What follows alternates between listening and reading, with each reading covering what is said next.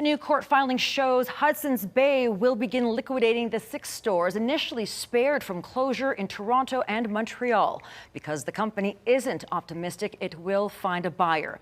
Meanwhile, a Toronto man wants to make sure war memorials at the Bay stores in Calgary and Toronto are saved. Jordan Canagan has more. Signs say everything must go, but an effort is underway to save at least some of what's hanging at the Bay. What I'm engaged in trying to do is ensure that those memorials don't get lost in the shuffle of the liquidation. War memorials for Hudson's Bay employees are found at the downtown stores in Calgary and Toronto, each inscribed with the names of dozens of people who worked at the iconic Canadian franchise and died at war. Shea is a Toronto lawyer and secretary of the 48th Highlanders of Canada.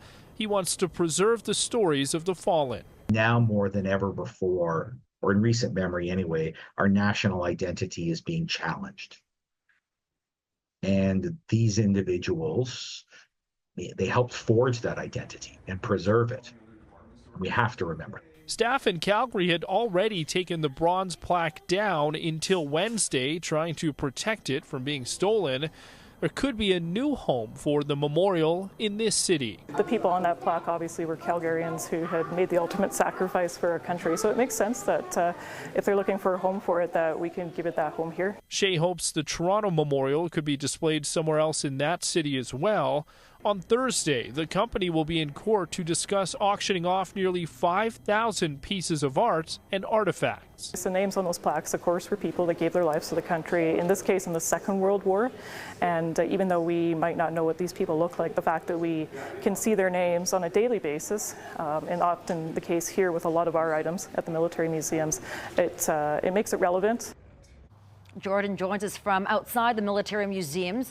Jordan, what is the Bay saying about this?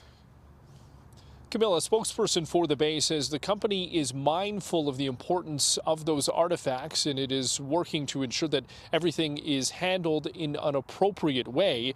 We could know that plan as early as tomorrow as to how it will auction off most of those items. There will be arguments in a courtroom seeking permission to auction off those artifacts and pieces of art. Shea says he has already contacted the Bay to let them know that if they plan on selling those war memorials, he will pay if necessary. He then would plan on donating it back to the military museums here, at least the local one, where he says that plaque belongs. Camilla? Jordan, thank you.